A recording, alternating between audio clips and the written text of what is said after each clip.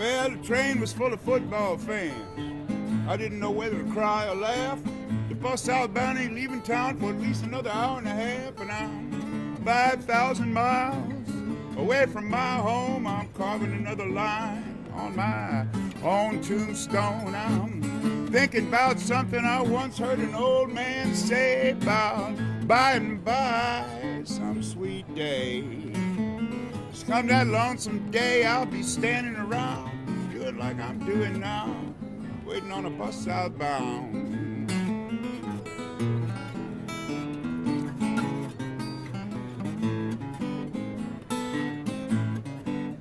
Hey, my mama told, my papa told, you know, my ex-girlfriend told me. I bet y'all wondering what she said.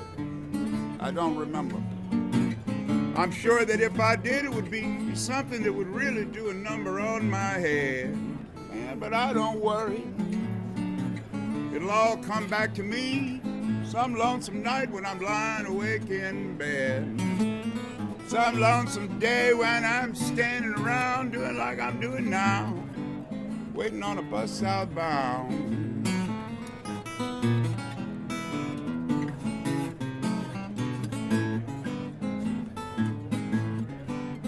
You know that sometimes I wonder, will a suitcase hold all my things?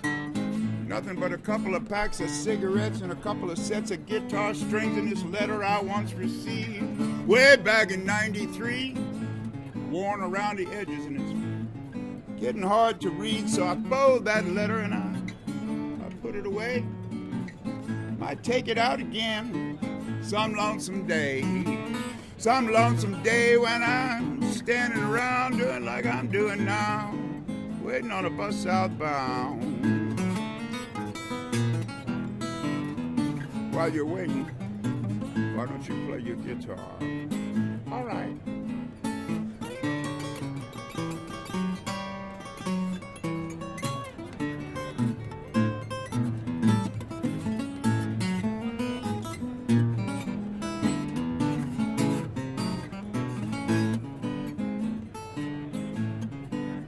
Well, it look like the rain gonna last all night for sure.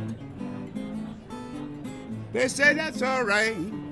Rain makes the flowers grow, but bus southbound ain't come around yet, and I ain't no flower. My boots are getting wet, and I can still hear that old man say, by and by, some sweet day, come that lonesome day, I'll be standing around doing like I'm doing now, waiting on a bus southbound.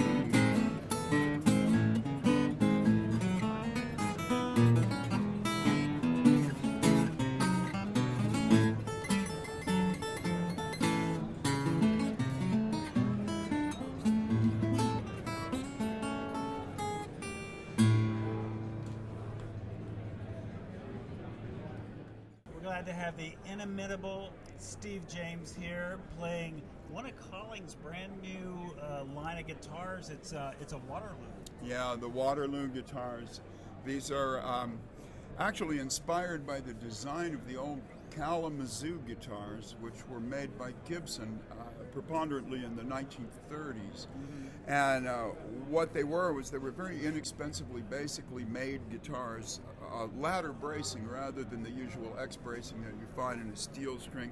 Very, very light construction, and of course completely plain vanilla. I love them, and I have a few of the old ones. So it was very interesting to me when I found that Collings was going to manufacture guitars along those lines, and here you have it. And they work really well, especially for certain kinds of period sounding material that I enjoy to play. I mean, it sounds perfect for like finger-picked blues, which is what you were just doing. Well, you know, it's ironically, of course, is that when you play guitars that were cheap back in the 1930s, they sound like cheap guitars from the 1930s, which makes you sound like a blues singer from the 1930s because they played cheap guitars for reasons that we don't have to beat to death here during our interview. Yes. So, but that's what we all want to sound like, is guys that play cheap guitars. You know. So we work very hard on getting those It's a good thing that the blues didn't become popular, because then they all would have bought expensive guitars, and just think of the fix we'd be in then. Oh, But anyway, that's the Waterloo guitars, they're the look and the sound of the old Kalamazoos from the 1950s. It's a beautiful guitar, and Isn't it pretty? And it is so right for blues. But we even had Julian Lodge in here in a session recently playing completely different kind of music, jazz on this thing. So it's a very versatile guitar. Well, they're good guitars because they play in tune, they've got good intonation, they're well set up. And you see that the design is inspired by Kalamazoo, but the craftsmanship is Collings, they're very, very well built guitars. So they have a character of sound that you don't find in the old zoos, which were kind of like that you could see the glue coming out from under the, and these don't have that. These are Collings guitars on the inside, they're just Kalamazoos on the outside. Steve, tell me about the Galway Station Blues that you just played. Where'd you get the inspiration for that? Well, I was in Galway at this station. No, I was actually standing out. I was in Ireland touring over there, and I had to go from Dublin to Cork, which at the time involved, you would think that from the largest city in the Irish Republic to the second largest city in the Irish Republic, there would be direct trains that went frequently. Right. But people would believe that who'd never been to Ireland. I took the train from Dublin to Galway, and then I was obliged to wait for the bus that went to the coach that went south to Cork, and it was late. The bus station was padlocked and closed, and it was raining. And so, and I started having an episode. I was kind of feeling my age, and besides the fact that it was raining and I wasn't wearing a hat at the time, and the rain reminded me that I didn't have as much hair on the top of my. Never mind. Anyway, so I started to have a kind of an episode, And fortunately, in Ireland, even in the smallest towns, much less an old and established city like Galway, there are places where you can go if you're having that kind of episode. It costs nothing to get in, and you get immediate professional help. They're all over Ireland. And there happened to be one of these places right across the street from the bus station. So I went over there, and that's where the inspiration for this song. Do they serve certain beverages there? Is that what you're referring to? Well, yeah, I should hope so. But anyway, so Galway Station Blues, and it was... So I came up with some imagery.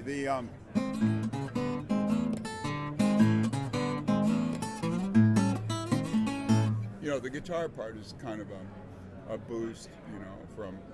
I think that this guitar part existed, and then people, guitar parts like this kind of existed, and then people came into being so that there would be somebody there to play it. It's like what Dylan says about his lyrics. They're always there.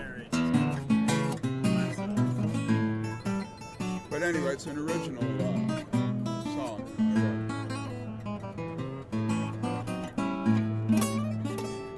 If I could only make a Waterloo sound like that, I'd be halfway there. Well, Steve, actually, acoustic guitar has quite a number of my lessons online. Just go to acousticguitar.com. I walked right into that. Right into it. Steve, how many NAMMs have you been to now over the years? I'm in denial about that, but I'm getting professional help. Several of them. Yeah, let's just say several, huh? Tell me what's I'm the gonna most start bizarre crying now. and wild experience you've ever had at NAMM. That's a tall order, but I'll tell you one thing.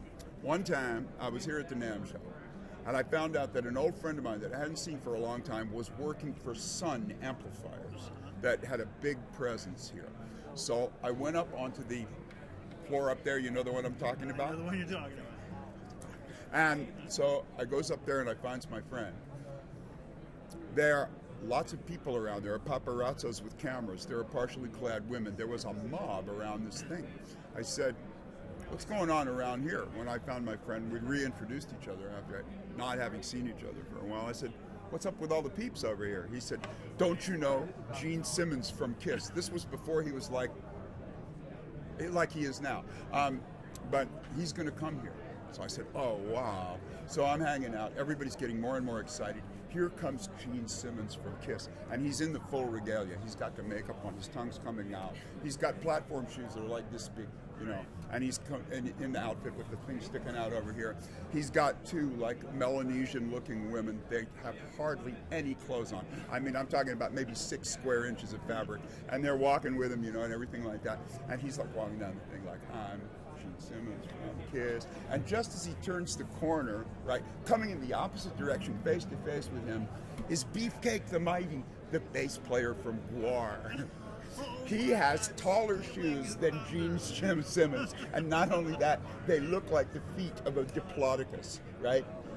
And he's got his full rig on, including complete reptile skin over his whole body, and he has a battle axe 3 feet long sticking out of the top of his head. And that's one of the best things I've ever seen at NAMM, but it's one of many. It's a privilege to be part of this wonderful event.